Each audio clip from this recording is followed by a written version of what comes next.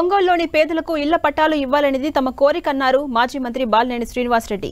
నివాస స్థలాల విషయంలో అక్రమాలకు పాల్పడితే చెప్పుతో కొట్టన్నట్టు ఘాటుగా చెప్పారు. ఇళ్ల పట్టాలకు సంబంధించి ఇష్టానుసారంగా ఆరోపణలు చేస్తున్నారని, పట్టాల మంజూరులో ఎవరైనా కుట్రలకు పాల్పడితే ఊరుకోపోమన్నారు. ఎన్ని కేసులైనా పెట్టుకోండి, ఇళ్ల పట్టాలపై మాత్రం వెనక్కి తగ్గేది లేదన్నారు. ఈ నెల 25 లోపు సీఎం జగన్ చేతుల మీదుగా ఇళ్ల పట్టాల పంపిణీ జరుగుతుందన్నారు బాలినేని. ఇక పేదల ఇళ్ల పట్టాల కోసం తన రాజకీయ జీవితాన్ని త్యాగం చేశానని, అలాంటిది తనపై దుష్ప్రచారం చేస్తున్నారని మంత్రి బాలినేని మండిపడ్డారు.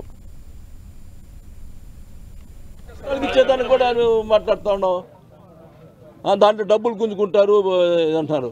₹1 తాగితే చెప్పు తాగొట్టు నన్ను. ఏంది బుద్ధి లేకుండా మాట్లాడతారు? కావాలని రాసేదానికి ప్రయత్నం చేయటం.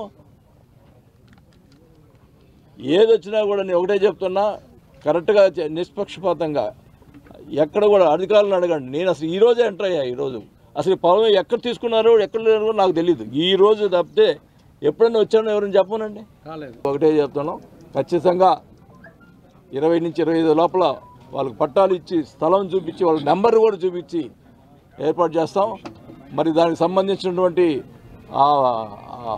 హౌస్ కూడా శాంక్షన్ కూడా ఇవ్వడం జరుగుతుందని కూడా తెలియజేసుకుంటాం.